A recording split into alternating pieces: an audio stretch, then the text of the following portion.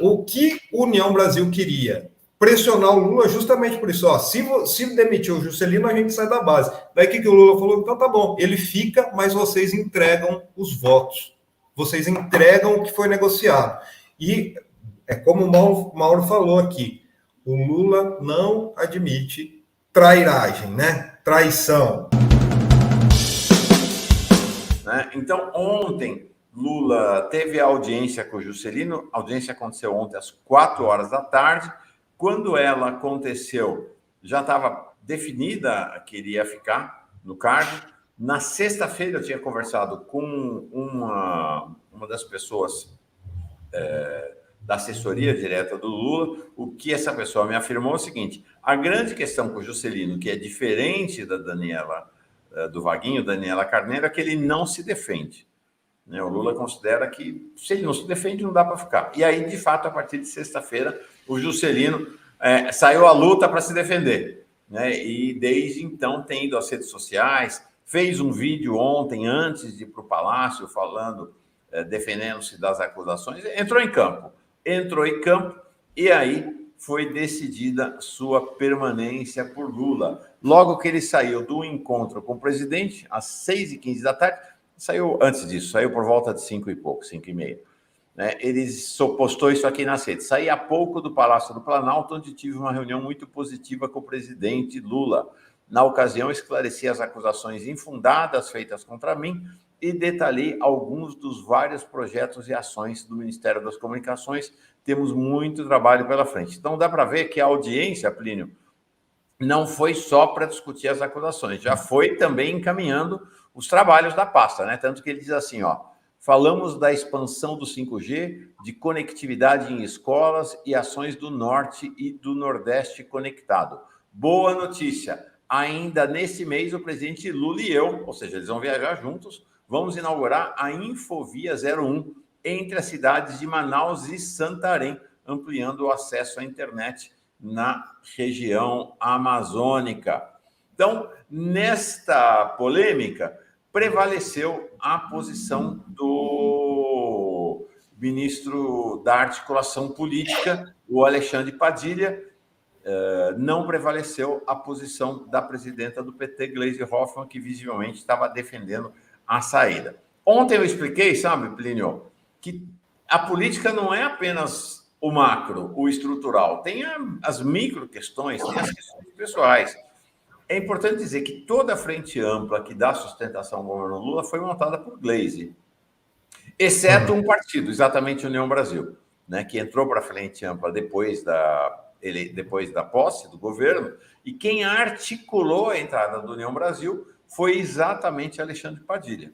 Então, por isso, Alexandre Padilha claramente defendeu o seu trabalho. Falou, eu trouxe a União Brasil, e a União Brasil é importante, e eu quero que a União Brasil fique, é fundamental para a sustentação do governo. Então, houve ali uma divergência, mas Gleisi não vai para a oposição, não vai ficar xingando nem o Padilha, nem o Lula por conta disso. Olha aqui, gente.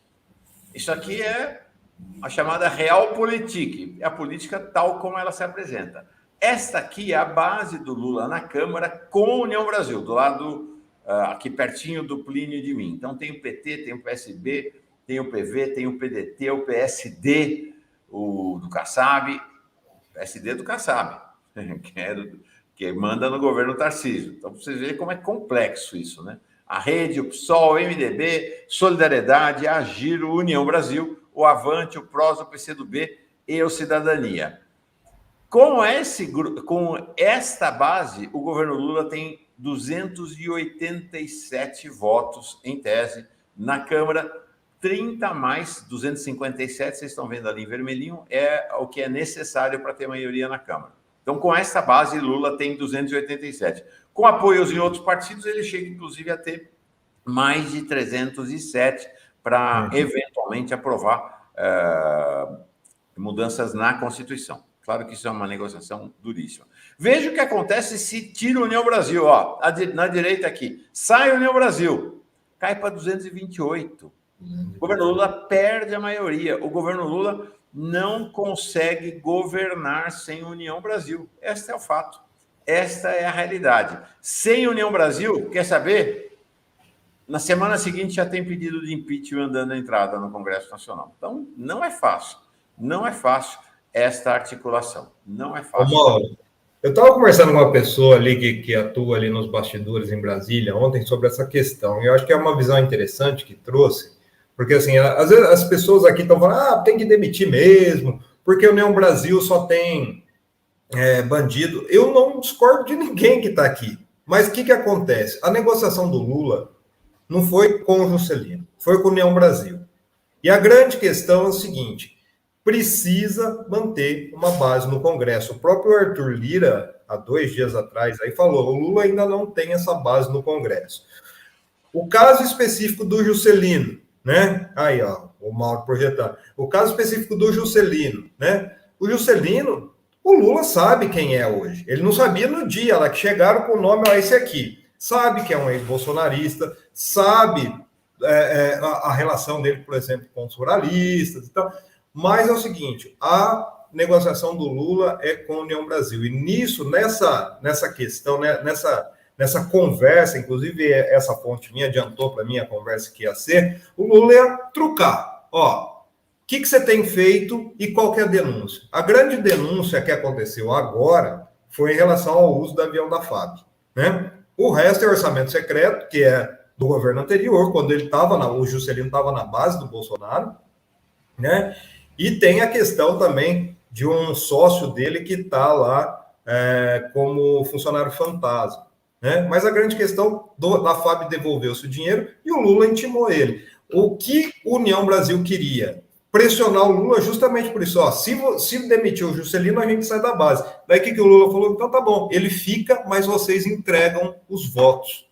Vocês entregam o que foi negociado. E é como o Mauro falou aqui, o Lula não admite trairagem, né? Traição. Então, esse foi o tipo de negociação. O Lula usou o limão para fazer uma limonada. Então, União Brasil agora vai ter que entregar os votos. Se não entregar os votos, aí sim, roda Juscelino e roda a Daniela do Vaguinho aí. Que na minha opinião pessoal, viu, Mauro, não deveria estar no governo se fosse um governo progressista. Mas se existe uma composição de frente ampla, diante do descalabro que a gente viveu por 4 anos, né? A grande questão é que precisa fazer essa negociação, que é uma negociação política de conversar. É isso aí. Não, acho que é isso. Acho que essa é a negociação que foi feita ontem. E aqui algumas pessoas questionando, por que não tirou o Juscelino e trocou por outra pessoa do União Brasil? Não é tão simples assim uma troca dessa na cúpula do governo.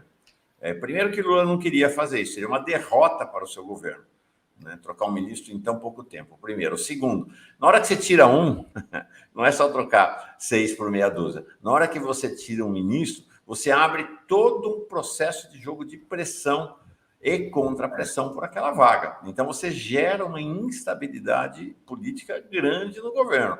Vai ter mudança no Ministério? É claro que vai ter mudança no Ministério, mas isso é no final do ano. É a reforma ministerial tradicional que vai ser articulada aos poucos. Lula não vai mudar seu ministério por pressão externa, a não ser que seja uma situação incontornável. Tem mais superchat aí, Plinião?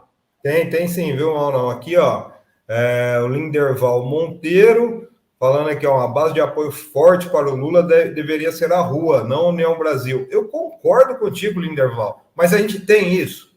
Quem está disposto a sair para a rua? Essa é a grande questão, né? E mandar um beijo aqui, viu, Mauro, para Cristina Falasco, que está todo dia com a gente aqui, que ela é de Jundiaí, e foi aniversário dela no domingo. Então, um grande beijo para Cris Falasco aqui. Parabéns.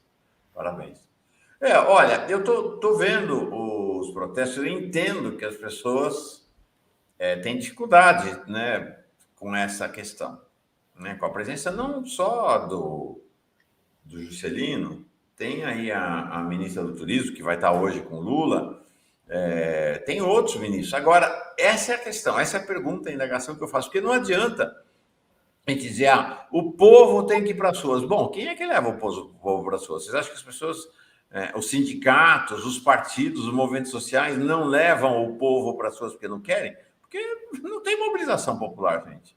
É uma loucura. Achar que a mobilização popular vai salvar o governo Lula, onde está essa mobilização popular? Faz 6 anos que nós estamos esperando a mobilização popular. Não tem. Lula tem que governar com base nesse Congresso que está lá. A minha pergunta é, quem está defendendo que o Juscelino tinha que sair, como é que quem está fazendo essa defesa compõe uma maioria para permitir que o governo Lula se viabilize? De onde vão sair os votos no Congresso? Essa é uma questão... É a realidade. É a realidade deste governo e de qualquer governo. E vamos lembrar, o Lula já governou com o Centrão. Os 2 primeiros governos do Lula, vamos lembrar que a Igreja Universal estava no governo, o Centrão estava no governo, o governo da Dilma também. Vamos lembrar quem era o vice da Dilma. Então, assim, é o realismo do jogo político, né? Olha que interessante, professor Isaías, aqui também, ó. Obrigado, viu, professor? O Estadão, as denúncias foram feitas contra o Juscelino, foram feitas pelo Estadão. O Estadão está fazendo o jogo para impedir que o governo aprove as reformas no Congresso, como, por exemplo, a reforma tributária. Lula sabe o que faz. Tem esse elemento também, é importante a gente pensar dessa forma. O Lucas aqui ainda está indignado, né? Se Lula nomear o Moro para o STF, vão falar que ele fez isso para ter base no Congresso. Ele fez de um limão. Lucas, vai. Não, o Lucas está aqui. O Lucas está aqui numa de tentar arrasar o governo Lula. Lula vai nomear Moro. Desculpa, Lucas. Estou vendo aqui o sobrenome de Lucas Pimenta. Qual é? Essa posição de terra arrasada em relação ao governo Lula não tem nosso apoio. Você pode escrever, a gente posta, tal, mas essa postura, né, que é a postura ao fim, ao acabo, é a postura de quem quer liquidar o governo Lula, entendeu? De quem quer o fim do governo Lula, né? Nós não vamos nessa, não. Se a gente for ver, né, Mauro, se não existe negociação com os divergentes, a gente vai cair onde? Vai cair num governo Bolsonaro. Não, a gente só vai governar com os nossos, né? O outro é inimigo. Eu acho que a gente precisa parar um pouco com isso, né, de governar com o fígado e começar a ouvir as pessoas, inclusive os que divergem da gente nas ruas. Eu sempre defendi isso, que muitas pessoas a gente precisa buscar o convencimento na prática. Não adianta simplesmente a gente apontar o dedo para o outro e ficar por isso mesmo.